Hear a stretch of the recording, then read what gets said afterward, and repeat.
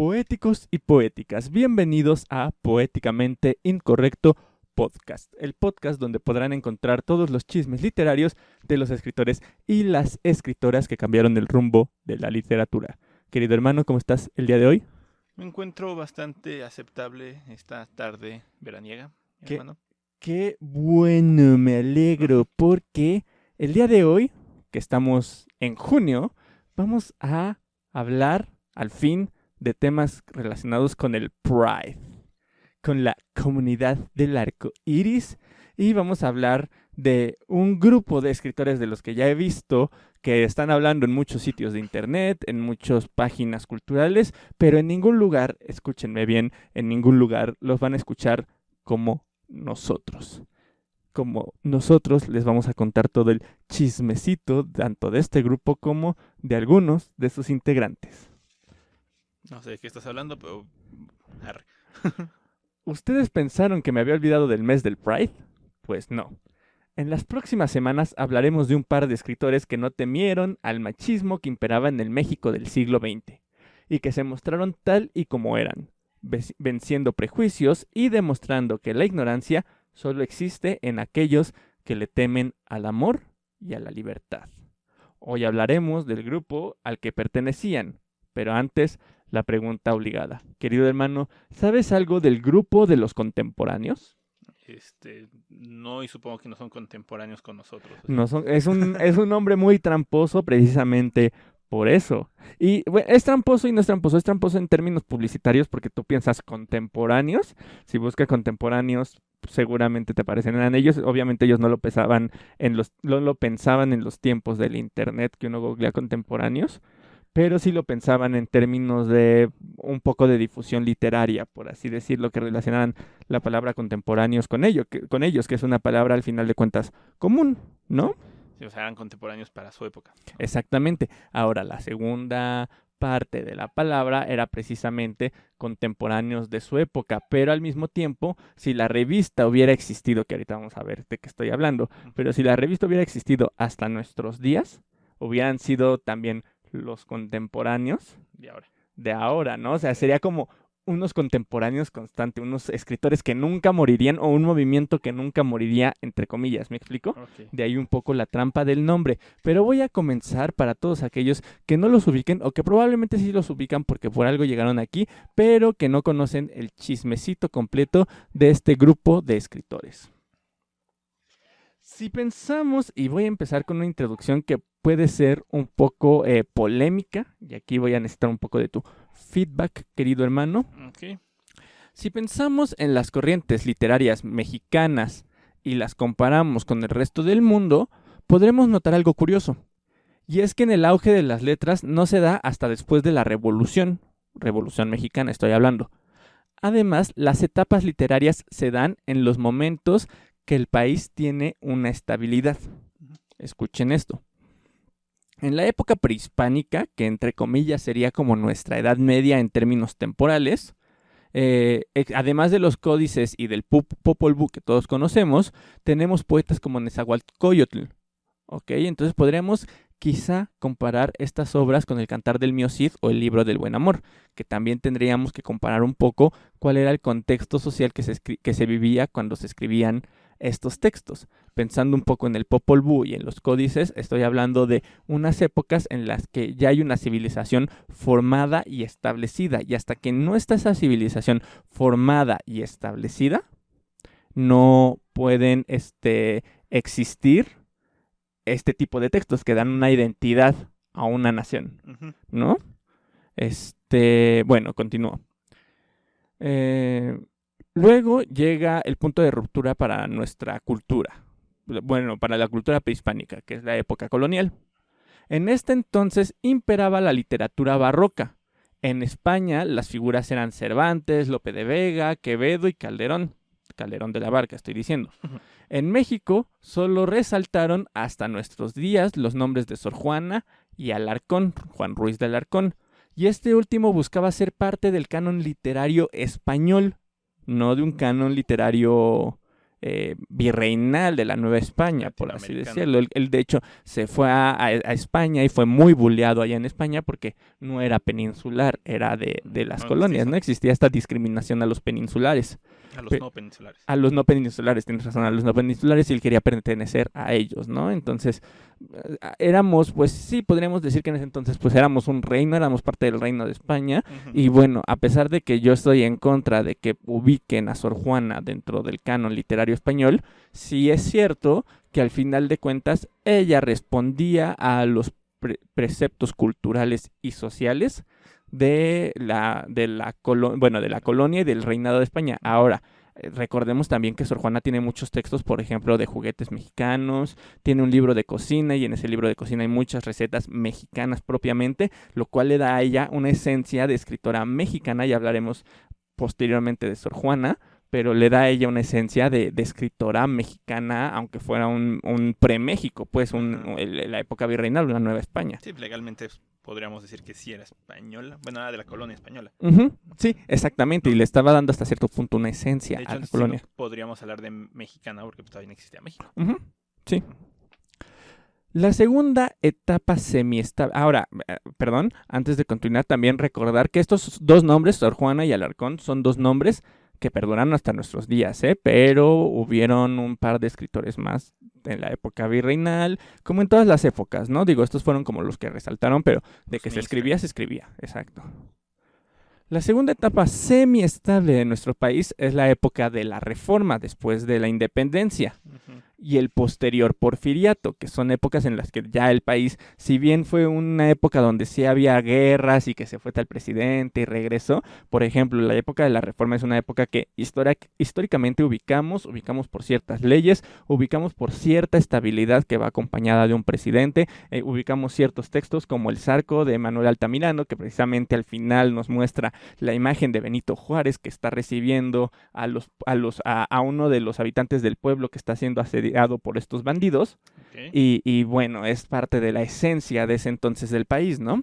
Y bueno, en la época del porfiriato, que ya vimos que tenemos a escritores como Juan de Dios Pesa, Manuel Acuña, Laura Méndez, el mismo Manuel Altamirano, que insisto, él es más de la Reforma, y bueno, ya vimos la semana pasada que también Federico Gamboa, podríamos decir que pertenece a esta época del porfiriato. Si bien estos escritores no hablaban siempre y tal cual del porfiriato, y los textos que trascienden de ellos no son los relacionados al porfiriato por obvias razones, había una estabilidad tal que podían lucir estos escritores, ¿no? Ujú. Estos miembros de las letras, y bueno, insisto, ¿no? Sí hay textos de ellos que enaltecen la imagen de Porfirio Díaz, que evidentemente nosotros ya no estudiamos en las escuelas porque se quiere desaparecer esta imagen de Porfirio como algo positivo. Es un poco hablar como, para los alemanes, hablar del hombre del bigotito de en medio, Ujú. que seguramente hay un friego de textos alemanes que lo enaltecen, pero yo no conozco ninguno, y probablemente sean poco conocidos porque se intenta borrar esta imagen. Pienso, por ejemplo, en el cine, que Ujú. este hombre hizo un montonal de películas enalteciendo tanto a él como a su movimiento, y que ahorita pues ya no las estudiamos, por ejemplo, cuando hablamos de cine clásico y ese tipo de cosas, o si las estudiamos ya es meternos muy, muy clavadamente, Sí. ¿no? Sí, o sea, creo que el objetivo más que desaparecerlo es no enaltecerlo. Exacto, O sea, exacto. no seguir con la propaganda de la época para enaltecer esta figura de dictador. a fin de cuentas. Exactamente, exactamente. Muy bien leído ahí, carnal. Eh, Ojo, repito, no estoy diciendo que que en las épocas bélicas no se escribiera o que existieran pocos escritores. Durante la independencia resaltan figuras como la de Quintana Roo, por ejemplo, que si no sabías, es poeta. Ah, yo solo sabía que era un estado. Sí, no, es poeta, luchó obviamente en la independencia, pero aparte de todo, es poeta, Ujú. y le dieron el nombre a un estado Sí, porque pues, participó en sí, la independencia, pero obviamente es complicado ser parte de una guerra y escribir. sí. ¿Verdad? Digo que también hay soldados escritores, por ejemplo, Lope de Vega estuvo en un servicio militar. Me parece que también Cervantes, que de hecho de ahí es de donde pierde su famosa pérdida de uno de los brazos, una de las manos, no me acuerdo bien Ujú. qué es parte del cuerpo pierde, si el brazo completo o una mano. Pero bueno, sí estuvieron en enfrentamientos bélicos, pero si se dan cuenta, por ejemplo, Cervantes logra escribir el famoso Quijote hasta que lo meten al bote y estuvo en ese tiempo como de calma, entre comillas, o sea, él no estaba participando en la guerra. Ajá. Se pudo dar el tiempo de sentarse a escribir. ¿Me explico? O sea, yo lo que voy voy es que necesitas varios factores para un auge en tu literatura. Uno de ellos es una estabilidad social, para que estos escritores puedan concentrarse en escribir y no en irse a partir la Mauser, ¿no? Pues sí. Bueno, lo que estoy diciendo es precisamente eso, que existen dos factores que mantuvieron en pausa el auge de las letras mexicanas. El primero era, como ya lo dije, los conflictos bélicos. Y de hecho, si nos comparamos otra vez con España, vemos que tampoco ubicamos muchas plumas durante las épocas de las luchas independentistas, que recordemos que tanto México como en España vieron este tipo de batallas. Los escritores tienen su resurgimiento hasta después del conflicto y tenemos escritores como Bécquer. O sea, si se dan cuenta, tenemos la época barroca, luego tenemos otra época de estas épocas independentistas, que si bien sí hay escritores, muchos de ellos precisamente critican a su gobierno, al gobierno español, de no poder mantener sus colonias y de no poder mantener su lugar, pero no son como muy conocidos, no son muy ubicables esos escritores durante esa época, y luego ya nos saltamos al romanticismo, a toda esta época del siglo XVII, XVIII, con escritores, insisto, como Bécquer. ¿Ok? Sí, igual y también parte de eso es que los escritores en esta época se enfocan mucho a escribir sobre la guerra, entonces pues no envejecen bien esos textos, ¿no? Sí, sí, también sí, porque una de las características que le dan esa inmortalidad a los textos es pues que sean perdurables en temática al tiempo, ¿no? O sea, los que hablan del amor, los que hablan sí de la guerra, pero de aspectos emocionales de la guerra, ¿no? O sea, del sufrimiento humano, de la pérdida de un hijo, ese tipo de cosas, ¿no? Sí, porque pues empiezan a hablar del pueblito en España que pues ahorita ya ni existe. Pues, sí, ya pasan un poquito más desapercibidos. Y repito, no estoy diciendo que no se escribiera, estoy diciendo que para que se dé un auge debe de haber estabilidad. Incluso es interesante cómo el modernismo, que sería algo así como el pre-boom de la literatura latinoamericana y del que ya hablaremos, tiene su surgimiento en una época bélica para Europa, pero relativamente tranquila para América Latina. El pre-boom latinoamericano, que se le llama muchas veces, que es el modernismo, se da durante la Primera Guerra Mundial.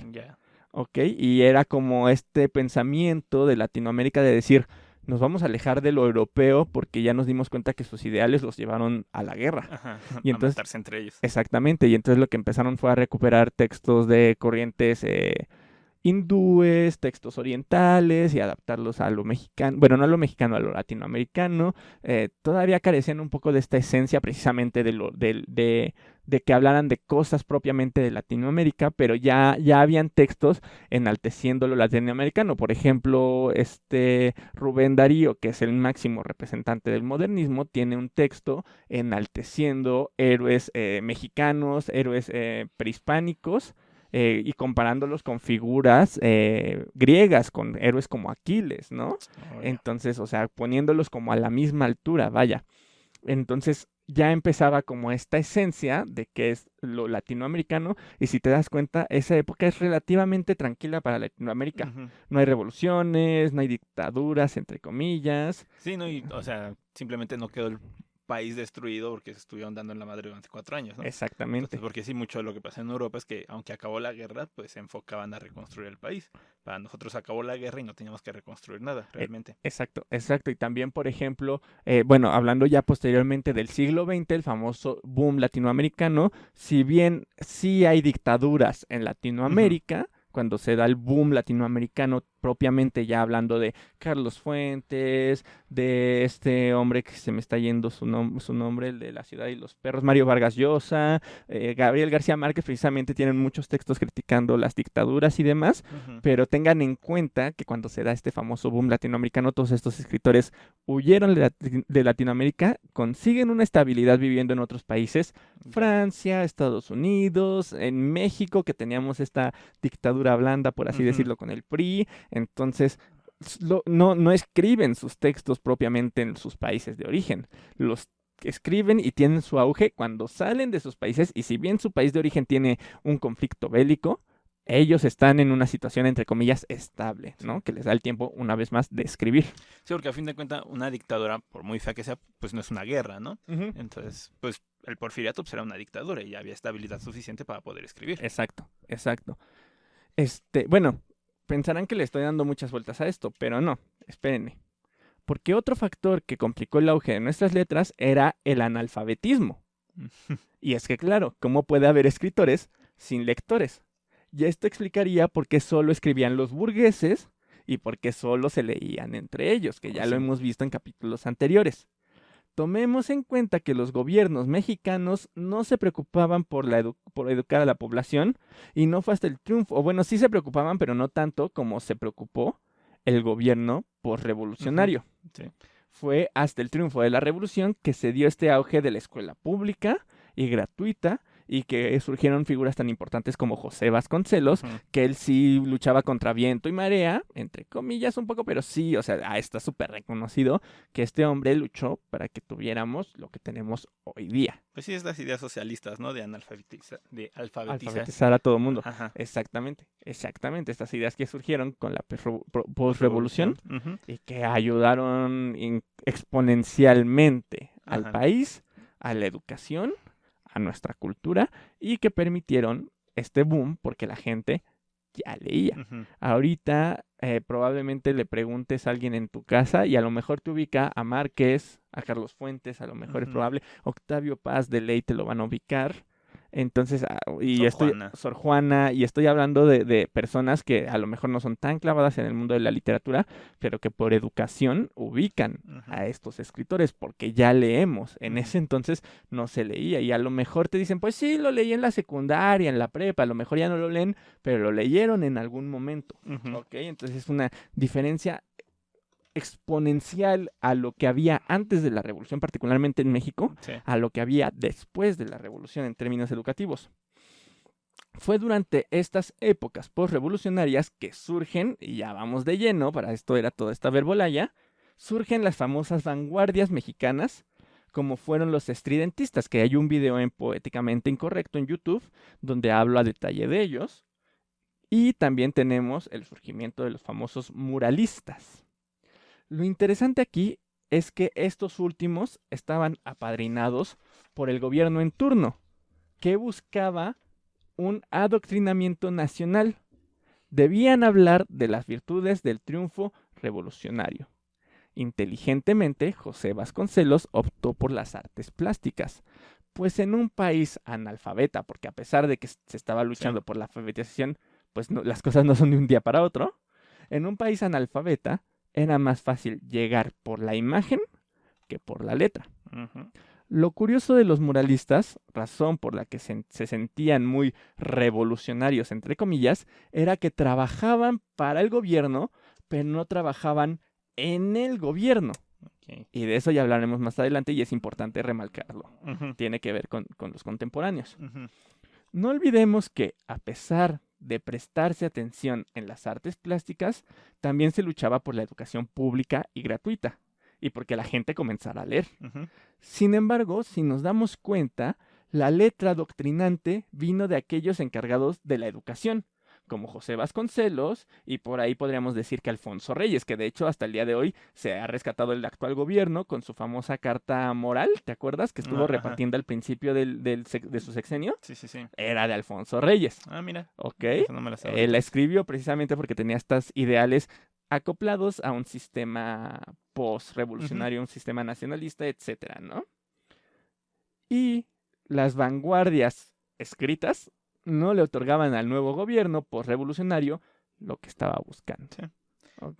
Sí, pues a fin de cuentas, pues sí, toda la gente mayor que ya no estaba para una educación, sino en edad de trabajo, pues, era muy difícil que aprendieran a leer y escribir, ¿no? Entonces pues, seguías teniendo que acercarte a ellos por medio de la imagen. Exacto. Si bien es cierto que hoy recordamos a los estridentistas con cariño, recordemos, y ustedes dirán, no eras los contemporáneos, ahí voy, todo esto es importante. Contexto. Tiene que ver con el chismecito.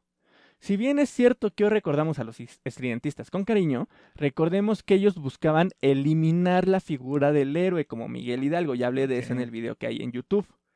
Ellos buscaban el nacionalismo dentro de los símbolos. El mole de guajolote, el sombrero, el maíz, y esto no le convenía a la visión vasconceliana que buscaba crear héroes, y para prueba recordemos los murales de Orozco o de Diego Rivera, que a fuerzas aparece por ahí Zapata, Villa, Miguel Hidalgo, Carranza, estos héroes tanto de la independencia como de la revolución. Y los estridentistas decían, no, o sea, todos lucharon en la revolución. Entonces, el simbolismo del héroe nacional es el sombrero. Porque todos, bueno, entre comillas, o sea, ya sé que es partir como de un supuesto, un generalismo, pero bueno, en ese entonces era el sombrero, nos representa como esos campesinos que lucharon en la revolución. Ese es el simbolismo, no es Zapata, es el sombrero que usaba Zapata. O el bigote, ¿no? O el bigote que usaban muchos de los que se juntaron con Zapata. Las balas que usaban, eso es lo que nos representaba, no los héroes. Todos somos héroes. Ese era un poco el pensamiento de los estridentistas. Así querían ellos crear su pensamiento, su ideología, exactamente, sí, incluso lo vemos en las imágenes como de Tina Modotti, por ejemplo, que ella nunca fotografió hasta donde yo sepa. A lo mejor por ahí me sale alguien que no es cierto, sí existe una foto, pero hasta donde yo sepa ya no fotografió, por ejemplo, a presidentes o a gobernantes que llegaron de la posrevolución. Ella fotografiaba al pueblo en este pensamiento estridentista. De que los héroes son los del pueblo, no el gobernante, vaya. No una figura de persona. Exactamente. Un individuo. Exactamente. Y entonces, por ejemplo, los muralistas, pues sí, muy revolucionarios, pero pues, estaban siendo partícipes de este adoctrinamiento, ¿no? Quedaba la opción B, o sea, teníamos dos vanguardias literarias y artísticas también, porque tanto los estridentistas como nuestra opción B unían tanto letras como artes plásticas, a diferencia del muralismo, que es pura arte plástica. ¿Ok? Quedaba la opción B. Ahora sí, los contemporáneos. Finally. Una opción que tampoco resultó muy agradable. Como ya expliqué en el capítulo de los estridentistas, las vanguardias en general eran acompañadas por un manifiesto que le daba un sentido de identidad al movimiento. Eso es una característica propia de una vanguardia. Pero los contemporáneos no eran así. Los contemporáneos eran un grupo de supercuates que sabían de literatura y que se publicaban entre ellos. Eso casi no pasa. Exactamente, eso casi ya no pasa. Solo pasó en este tiempo, pero bueno. La idea, y de ahí el nombre, era que cualquiera pudiera publicar. Digo, cualquiera que le agradara a los editores, ¿no? Porque si no les caías bien, ¿qué vas a hacer publicando con ellos? Por lo tanto, los contemporáneos eran conocidos incluso por sus mismos miembros como el movimiento sin movimiento. Sin embargo, sí existen características que los definen, que nosotros como estudiosos podemos ubicar en ellos. El grupo surge a principios de mayo de 1928 con la antología de la poesía mexicana moderna, que fue la primera obra en llevar el nombre de Contemporáneos y que fue firmada por Jorge Cuesta. Esta antología fue publicada un mes antes del primer número de la revista homónima, es decir, la revista de los contemporáneos. El libro de antología suscitó polémicas y hasta calumnias por su sistema selectivo, como dijiste, cuates entre cuates. Esto pasa siempre. Sí, la neta sí es cierto, o sea, todos se van a quejar de, ay, es que estás eligiendo a tu amigo, pero realmente también más vale malo conocido que nuevo por conocer, ¿no? Un poco. Sí, pues aparte cómo encuentras un autor sin antes conocerlo, ¿no? Exacto, y cómo lo vas a publicar en la antología de poesía mexicana moderna, ¿no? Sí, en una de esas te sale que tiene un pasado acá súper turbulento y tú lo andas publicando y pues, exactamente, estás arriesgando a que te funen en Twitter, ¿no? Exacto. Y sin embargo, esta famosa antología surgió, según Villarrutia, por un consejo que les dio Alfonso Reyes, al grupo. Y voy a citar a Villarrutia. ¿Cuándo tendremos, me decía no hace mucho Alfonso Reyes, una selección estricta de las obras de nuestros líricos? No las obras completas, sino las poesías mejores. Pienso que bastarían unas cuantas páginas. Otón ocuparía el mayor número. Díaz Mirón, Nervo, González Martínez, Tablada, López Velarde tendría derecho a figurar con algunas cuantas poesías. Y Gutiérrez Nájera, por qué no decirlo, a unos cuantos versos apenas. ¿No? O sea, esa fue la sugerencia de Alfonso Reyes y como al final de cuentas Alfonso Reyes era como una de las figuras literarias en ese entonces, pues a estos cuates le hicieron caso y dijeron, a ver, ¿quién dijiste que tenemos que publicar? Y a estos publicaron, ¿no? O sea, ni siquiera fue como tan idea de ellos, es como cuando el profe te dice, pues deberías publicar estos y tú dices, pues sí, ¿ok? Sí. Yo te sugeriría buscar a estos autores y vas a la biblioteca. Exacto, que son los autores que le gustan al profesor en realidad, ¿no? Ajá. A pesar de que dicha antología buscaba una identidad en la lírica mexicana, los contemporáneos no estaban muy interesados en darnos una identidad. Ese no era su objetivo como escritores nacionales. Todo lo contrario, buscaban hacer nuestra literatura más universal, hermanarnos con otros países. En eso se parecían a los estridentistas. Los estridentistas también querían abrir un poco las fronteras y que se leyera a los escritores mexicanos en el resto del mundo. Okay. La única diferencia es que los estridentistas decían esto que te digo de el sombrero, el bigote, el mole de guajolote, y los contemporáneos decían, no, güey, pues yo voy a escribir de la morra que me puso el cuerno y ya. Sí, o sea, los estridentistas sí tenían una agenda, por así decirlo. Ajá. Y los contemporáneos solo eran literatura pop. Sí, sí, y de hecho podríamos decir que era como un poco el preámbulo de la literatura pop, un poquito. La revista se encargaba de difundir muchas de las innovaciones del arte y la cultura en la sociedad mexicana de la primera mitad del siglo XX. Uno de los miembros destacados fue la escritora Antonieta Rivas Mercado. ¿Te suena el nombre? Nadita de nada. ¿No? Uy. Quien además fue su mecenas y quien vivió una vida bastante interesante. Fue hija del arquitecto Antonio Rivas Mercado, autor del Ángel de la Independencia. Okay. Y ella fundó el Teatro Ulises y formó el patronato para la Orquesta Sinfónica de México, bajo la dirección de Carlos Chávez, de quien ya hablaremos en el próximo capítulo. Okay. Y no me voy a detener mucho en su vida, ni mucho menos en su trágica muerte. Okay. Pero ahí hay chismecito. Si quieren que se los cuente, denle like al video y yo voy a hablar de este personaje en el futuro.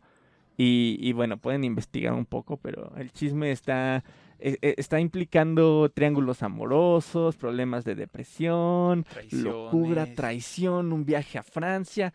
Güey, no más. Tiene de todo. Esa mujer es... Bueno, no sé, la verdad me han dicho, porque yo no he hecho mi viaje anual a Europa, como diría nuestra querida Emilia Pardo Bazán, pero me han dicho que sí es como muy icónica si vas a Francia, Okay. a Notre Dame, lo voy a dejar ahí. Okay. Investiguen qué tiene que ver Antonieta Rivas Mercado y Notre Dame. ¿A qué va? Pero está bueno el chisme. La mayoría de los miembros de los contemporáneos, y aquí era algo que los unía como movimiento, o sea, que tú podías identificar ellos eran los contemporáneos, es que eran de clases económicamente altas y tenían algún puesto en el gobierno, Okay. particularmente en la Secretaría de Educación Pública. Sus miembros más, o sea, era lo que te decía, los muralistas trabajaban para el gobierno, pero no en el gobierno, que es diferente. Los contemporáneos sí trabajaban en el gobierno. Entonces era así, de ahí se agarraban los muralistas para decir, no, yo soy antisistema, carnal. Yo no trabajo para ellos, yo soy punk, man. Tú trabajas para el Gran Hermano. Es como, güey, los dos trabajaban para el Gran Hermano, pero en diferente medida, ¿no? Sí. Unos lo admitían y los otros no. Exactamente. Bueno, sus miembros de los contemporáneos, los miembros más destacados eran Carlos Pellicer, Jaime Torres Bodet, Bernardo Ortiz de Montellano, José Gorostiza, Salvador Novo, Javier Villaurrutia, Enrique González Rojo y Gilberto Owen. Bueno, la mayoría de ellos tienen vidas bastante interesantes, pero al rato les digo en cuáles nos vamos a centrar. Okay. Ahora, existe una razón por la que estamos hablando de estos cuates en el mes del Pride. Según Carlos Monsiváis en su libro Lo marginal en el centro, la expulsión del porfiriato trajo un cambio de paradigma en la percepción de la sexualidad en México.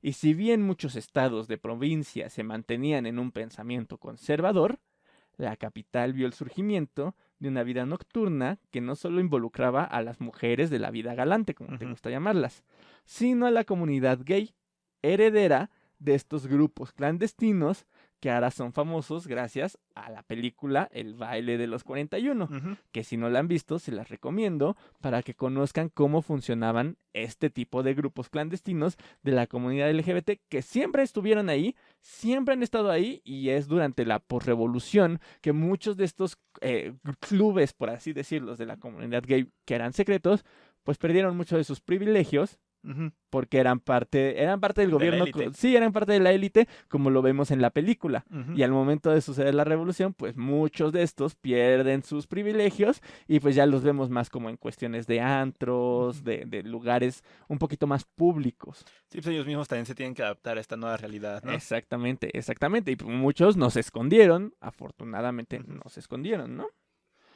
Esta vida nocturna fue reflejada a mediados del siglo XX, como ya platicamos, en las obras de Efraín Huerta.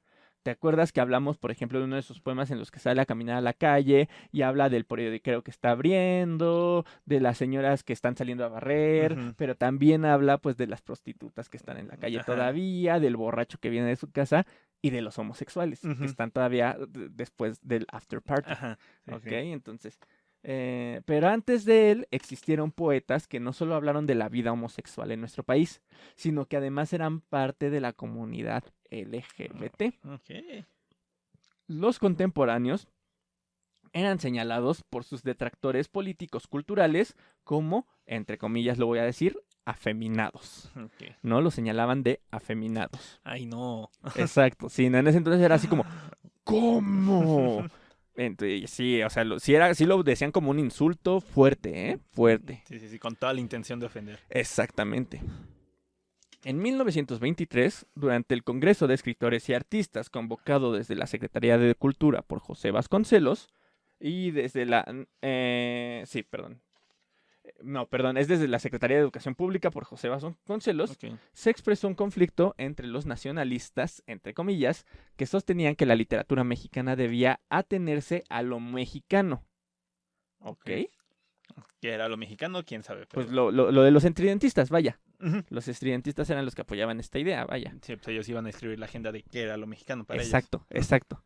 Y luego estaban los cosmopolitas, entre comillas también, interesados en el diálogo con el exterior. Los contemporáneos pertenecían a este segundo grupo, que ya vimos que la línea es muy endeble, porque al final de cuentas, y está en el mismo manifiesto de los estridentistas, ellos querían ser cosmopolitas, ¿no? Entonces es un poco contradictorio. Lo único diferente es que los contemporáneos no escribían sobre sombreros, güey. Y de hecho, hasta cierto punto, lean la obra de Manuel Maples Arce y tampoco es como que escribiera tanto de revolución y ese tipo de cosas. Sí, pero pues era una escritora más nacionalista, a fin de cuentas, ¿no? Sí, y al final de cuentas, ellos como movimiento sí lo buscaban, ¿no? Insisto, retomemos la obra de esta Tina Modotti, o también estoy pensando en las pinturas de revueltas, que también buscaban mucho esto nacionalismo, ¿no? Y estos beneficios que había dejado la Revolución Mexicana. Para Luis Mario Schneider, la Revolución Mexicana, la llegada del vanguardismo con los... Para Luis Mario Schneider, en su texto La Revolución Mexicana, la llegada del vanguardismo con los estridentistas y la subversión de algunos escritores ante las instituciones, que es lo que te digo, no trabajaban en ellas, que al final de cuentas, por ejemplo, Maples Arce terminó trabajando para el gobierno, pero bueno. Tarde o temprano todos se unen. Exacto. Pero bueno, los estridentistas en ese entonces eran la subversión de algunos escritores ante las instituciones, sentaron las bases para la batalla periodística entre unos y otros. En noviembre de 1924 se publicó en el Universal Ilustrado un artículo titulado La influencia de la revolución en nuestra literatura, en el que se designa como artistas de la revolución a Diego Rivera, Maples Arce y Mariano Azuela. Un mes después, Julio Jiménez Rueda publicó en el Universal un artículo llamado El afeminamiento en la literatura mexicana, en el que habla de cómo este tipo de literatura, es decir, de esta literatura no femenina, afeminada, había dejado afuera a la Revolución Mexicana. ¿Ok? ¿Sí me estoy dando a entender cuál era la problemática entre todos estos escritores? Sí, lo decía con toda la intención, ¿no? De decir, estos son los chidos y estos son el problema de la literatura, ¿no? Lo feo, lo vulgar. Lo vulgar. Para este grupo de intelectuales, la literatura y el arte viril debía ser nacionalista y hablar sobre la Revolución Mexicana. Además, los artistas machos mexicanos debían estar en contra de las instituciones actuales. Digo, no hablar mal de ellas, pero no pertenecer a ellas, ¿no? Ese era el punto. Algo que no definía a los contemporáneos, quienes muchas veces hablaban desde las emociones y su realidad, buscando una universalidad literaria, poniendo el arte por el arte mismo y no al servicio de los ideales políticos. Okay. Y es muy curioso, ¿no? Porque ellos, a pesar de trabajar dentro del gobierno, no enaltecían al gobierno. Y los muralistas y los estridentistas no trabajaban dentro del gobierno y lo enaltecían, ¿no? O sea, es como súper contradictorio todo esto. Es que, bueno, tal vez no es tanto que enaltecían al gobierno, sino que enaltecían al nacionalismo. Ajá. Entonces, El nacionalismo posrevolucionario, pero al final de cuentas era lo que estaba buscando el gobierno para adoctrinar. pues sí, ¿no? Porque recuerda que dependiendo de qué época de la posrevolución Bueno, sí, hablemos, bueno, estaba sí. muy fragmentado el movimiento. Entonces, pues sí, igual y dentro del gobierno, pues también buscaban como que olvidarse un poquito de estas ideas revolucionarias para ya acabar con el movimiento. Y los estridentistas, ajá, buscaban ya más continuar con esta idea revolucionaria porque pues no estaban de acuerdo con cómo había concluido la revolución. Podría ser. Te la compro. Ujú. Te la compro y te la pago. Arre. Arre. Eh, Además, recordemos que el grupo de los contemporáneos pertenecía a las clases altas y muchos eran funcionarios de gobierno, Ujú. que al final de cuentas, por ejemplo, Diego Rivera, hasta donde sé, tampoco es como que perteneciera a una clase económica baja, Ujú. pero se vestía de obrero, ¿no? También Orozco, no, es no me acuerdo, el coronelazo, se me fue el Así. nombre ahorita. Búscalo No. rápido en Google. Ok. En lo que yo continúo, porque si me pongo a pensarlo, se me va a olvidar. Pero bueno. Además, recordemos que este grupo pertenecía a las clases altas, estoy refiriéndome a los contemporáneos, y muchos eran parte del gobierno. Diego Rivera satirizó a Salvador Novo con su obra El que quiera comer, que trabaje, Ujú. donde muestra al poeta en una posición sumisa y denigrante. Novo respondió con el poema La Diegada. ¿Ya lo Siqueiros. encontraste? Siqueiros, Ujú. gracias. Siqueiros es otro de los muralistas de que la neta no era que perteneciera a las clases bajas, sino que Sí, se vestía de obrero, sí, ¿no? pobre no era. Jamás No. había escuchado que le dijeran así. El Él coronelazo. tiene un cuadro que se llama El Coronelazo y por Ah. eso le ubican a él porque es un autorretrato, me parece. Ujú. Ujú. Bueno, pero aquí la bronca es entre Diego Rivera y Salvador Novo. Ajá. Diego Rivera hace esta pintura que les digo, el que quiera comer que trabaje, y muestra al poeta en una posición sumisa y denigrante, y de hecho es muy curiosa la pintura, búsquenla en Google, porque atrás, o sea, está como por niveles la pintura, hasta abajo está Novo, como, así como sumiso, tirado en el piso, y hasta enfrente, hasta arriba, adivina quiénes están. ¿Los obreros? No, Ah, no, los obreros están en medio. ok. Chécate la analogía de la pintura. Los obreros están en medio, figuras como Salvador Novo están hasta abajo limpiando las obras. ¿Y quién crees que está hasta arriba? ¿El gobierno? Por ahí, los héroes nacionales. Ajá. Entonces, es curiosa la pintura. Pero insisto, hace Diego esta pintura y Novo, que era muy ingenioso, responde con La Diegada. Ok. Escucha esta joya, güey. Marchóse a Rusia el genio pintoresco a sus hijas dejando, si podría hijas llamarse a quienes son grotesco engendro de hipopótamo y arpía. ¡Ah, suñero, güey! Ella necesitaba su refresco y para procurárselo pedía que le repiquetearan el pescuezo con dedo, poste, plátano o bujía. Simbólicos tamales obsequiaba en la cursi semanaria fiesta y en lúbricos deseos desmayaba. Pero bien pronto, al comprender que esta consolación estéril resultaba, le agarró la palabra a Jorge Cuesta. Paréntesis, si no mal recuerdo, esto no lo puse en el guión, pero si no mal recuerdo, la esposa de Diego Rivera, ya la vamos a mencionar en el próximo capítulo. Ajá. Pero esta esposa, les voy a traer el dato concreto en el próximo, pero si no mal recuerdo, estuvo casada con Diego Rivera Ujú. y al divorciarse se va con Jorge Cuesta. Chale. No, está ñero, está ñero. Empieza ñero. Empieza duro el poema. Pero la obra que de verdad representaba esta crítica mordaz en contra de los contemporáneos, y también podríamos decir que era una obra un tanto homofóbica por parte de quien la pintó, fue la obra de Antonio Ruiz el Corcito. Antonio Ruiz es el nombre y el Corcito Ajá. era su apodo. Titulada, tiene varios títulos. Los paranoicos, pero también se le conoce como los megalómanos y los flauticos. Espiritifláuticos. Okay. Ahí está. Se especula que esta obra muestra a la mecenas de los contemporáneos, Rivas Mercado, acompañada de 4 varones. Los más ubicables son los escritores Salvador Novo y Javier Villaurrutia. Se especula la identidad de los otros 2. Entre los nombres que se mencionan están el del pintor y escenógrafo tapatío Roberto Montenegro y el nombre del también pintor Manuel Rodríguez Lozano.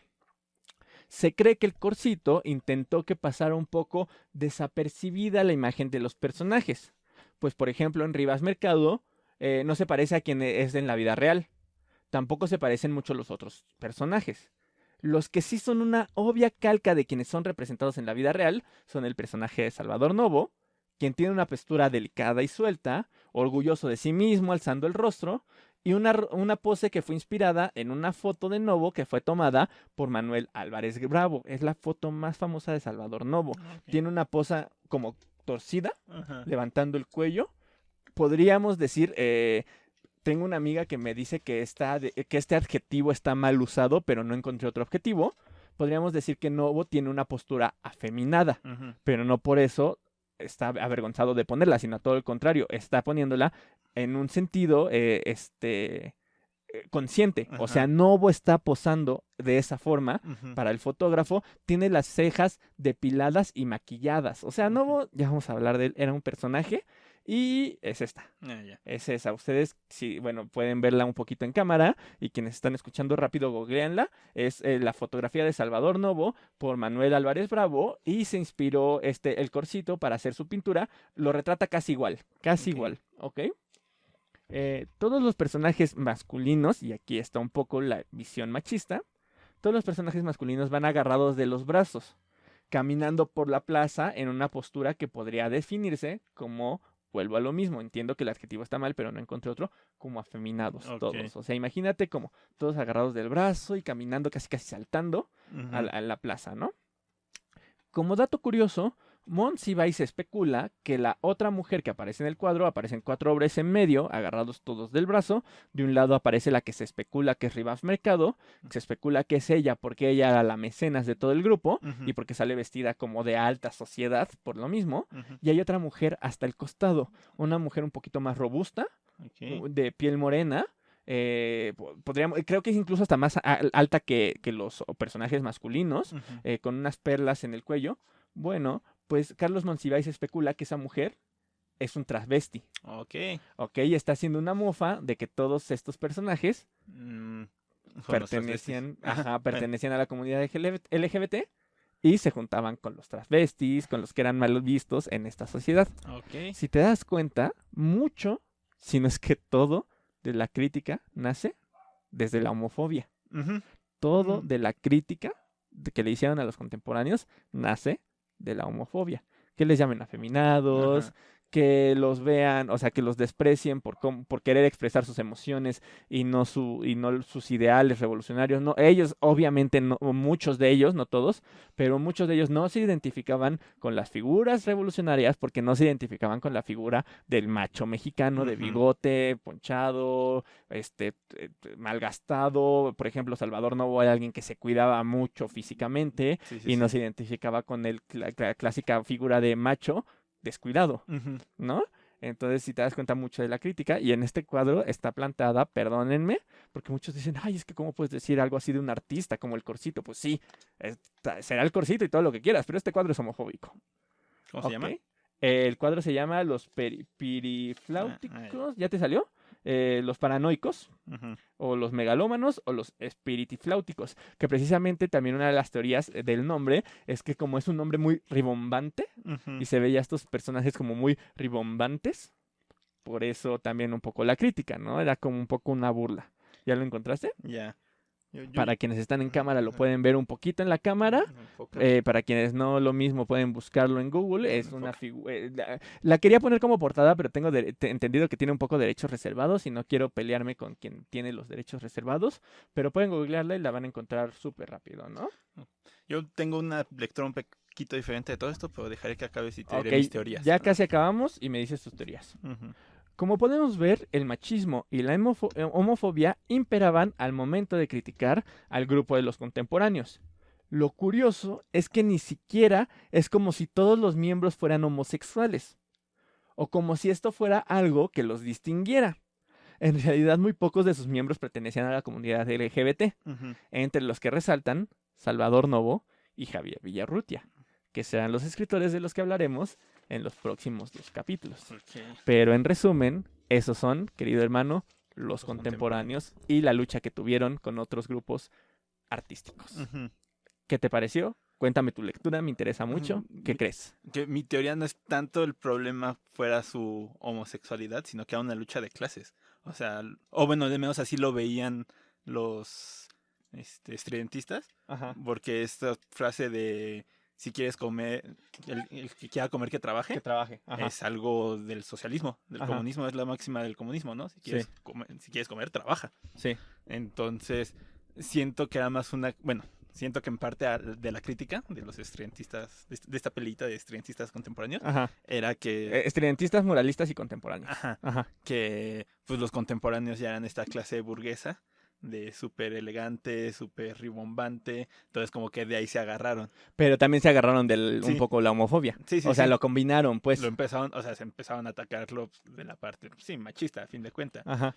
Pero, sí, o sea, porque esto también de lo espiritifláuticos, pues la palabra me suena a espiritualidad y también como en la lucha de clases, bueno, en ese entonces, el socialismo de ese entonces, pero era muy anti-espiritualista. O sea, a fin de cuentas, el socialismo nace del materialismo y el materialismo está en contra de toda esta espiritualidad. Te agarro. Entonces, pues siento que como para ahí van los ataques de los espirituales que se enfocan a los sentimientos y, o sea, que ellos son más idealistas y los estridentistas son más materialistas, a fin de cuentas.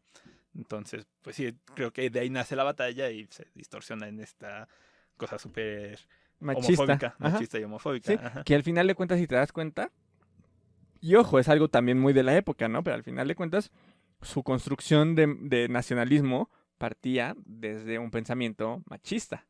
La figura de los héroes mexicanos tendrían que ser machistas. Y de hecho, uno lee el manifiesto del estridentista y es machista. Es muy machista, o sea, dicen algo así, ahorita no me lo recuerdo de memoria, pero dicen algo así como, los que no pertenecen a nuestro movimiento son los eunucos. Son los que, no sé si sepas que es un eunuco. Me suena, no. Son esos personajes de las cortes antiguas a los que castraban y cuidaban a las doncellas. Entonces, si quieras o no, ese también es un precepto machista, porque está diciendo, básicamente, espero que no me censuren las redes por esto, pero básicamente está diciendo, si no eres estridentista, eres pocos huevos. Exacto. ¿No? Y al final de cuentas, es un insulto, pues hasta cierto punto machista, ¿no? Porque yo cuando lo leí dije, bueno, entonces las mujeres no pueden pertenecer. O sí o no, porque al final de cuentas hubo mujeres, participó, y la repito y la digo una y otra vez porque la amo a Tina Modotti, pero también participó en el estridentismo. Está Frida Kahlo, tiene pinturas estridentistas, ¿no? Entonces sí hubo mujeres participando en el estridentismo, pero tú lees su manifiesto y tiene un montón de cosas, dice que los estridentistas son muy hombres y no sé qué tanto, parten mucho de este machismo, y entonces tú dices, bueno, entonces ¿qué onda, no? ¿Qué les pasa? Sí, de este machismo mexicano, ¿no? De este sentido del macho mexicano. Porque también es muy irónico, ¿no? Porque por lo que tengo entendido, Frida Kahlo no es como que fuera muy heterosexual, que digamos. Exacto, exacto. Y también tenía una ideología de libertad sexual muy fuerte. Era muy abierta sexualmente, por así decirlo. Entonces, pues se me hace curioso que tuvieran este tipo de actitudes y que se hayan agarrado de ahí para atacarlos. Pues es que si te das cuenta hay mucha contradicción. Porque, por ejemplo, esto del cosmopolitanismo, que cuando a los estridentistas les convenía, eran muy nacionalistas, pero cuando no les convenía, y sí querían abrir fronteras, ¿no? Entonces también eso es un poquito contradictorio, porque su movimiento, ya lo vimos en el canal de YouTube, bebe mucho de las vanguardias europeas. Entonces tampoco es como que sean muy nacionalistas. Y de hecho, parte de esta discusión le preguntan a José Vasconcelos, me parece que es a él, al que le preguntan si él piensa que hay una literatura nacionalista mexicana, y él dice que no, precisamente porque hay como todo revuelto y como que no hay nadie que realmente esté buscando una figura tal cual como los muralistas que sí como que se estacionaron, o más bien creo yo que los estacionaron porque los agarraron muy jóvenes para pintar estos murales, y ya les dijeron más o menos como, oye, esto es lo que tienes que pintar, y ya de ahí ellos se agarraron sus ideales, que fueron muy nacionalistas. Y si te das cuenta, la literatura fue como un poco más como un cultivo extraño, contemporáneos, estridentistas. Una lucha salvaje y a ver quién sobrevivió. Exactamente, y realmente el que sobrevivió fue Octavio Paz. Básicamente. Y si te das cuenta, ya su literatura era justo algo que quería tocar. Ya su literatura se da cuando hay una estabilidad post-revolución y del PRI. Y cuando existe esta estabilidad post-revolución del PRI ya consolidado, es cuando surge Octavio Paz como escritor, que retoma todos los ideales que vemos reflejados en los muralismos, ¿no? Las figuras prehispánicas, los personajes históricos, todo eso lo vemos en la poesía de Octavio Paz, pero tuvieron que pasar todavía después de la Revolución, unos 20, 30 años, para que se consolidara una poesía mexicana. Precisamente fue más rápido llegar a una pintura mexicana, a una arte plástica mexicana, que a una literatura mexicana, precisamente por lo que ya había platicado, de que no había una estabilidad político-social, de que del analfabetismo mexicano y un sinfín de etcéteras, ¿no? Sí, porque, o sea, también como que me da la impresión de que este como conflicto es porque hay un conflicto interno de los intereses del Estado, ¿no? O sea, cuando acaba la revolución, pues está este conflicto de a dónde vamos a llevar el nuevo modelo de país. Y a quienes lo quieren llevar a un sentido nacionalista, otro más contemporáneo, y quienes se atacan de burgueses y otro de contrarrevolucionarios, etcétera, etcétera. Entonces siento que de ahí viene un poquito el conflicto también entre estos dos grupos, de que los estridentistas sí tenían como una agenda a llevarlo más a una idea más obrera, y los estridentistas de, ay no, los sentimientos y el espíritu. Los contemporáneos eran los de los sentimientos. Los contemporáneos tenían esta idea más, pues sí, como dices, cosmopolita, del arte son los sentimientos, ¿no?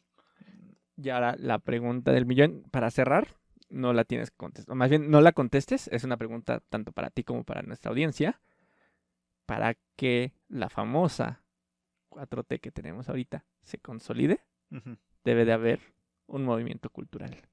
La pregunta del millón que les dejo para que se hagan, ¿creen que hay un movimiento cultural que podamos identificar con la 4T? Y ahí lo dejo. Muchas gracias por habernos acompañado. ¿Tus redes sociales, carnal? Claro que sí, hermano mío. Me pueden encontrar en Facebook, TikTok y YouTube como Furio Sensei, Furio con Y, y en Instagram como Iván-Furio. Ok, y ya saben que a nosotros nos pueden encontrar como poesía.incorrecta en TikTok e Instagram, y como poéticamente incorrecto en YouTube y en cualquier plataforma que escuchen podcast. Eso es todo de mi parte. Muchas gracias por habernos acompañado y nos vemos en la próxima. Hasta la próxima.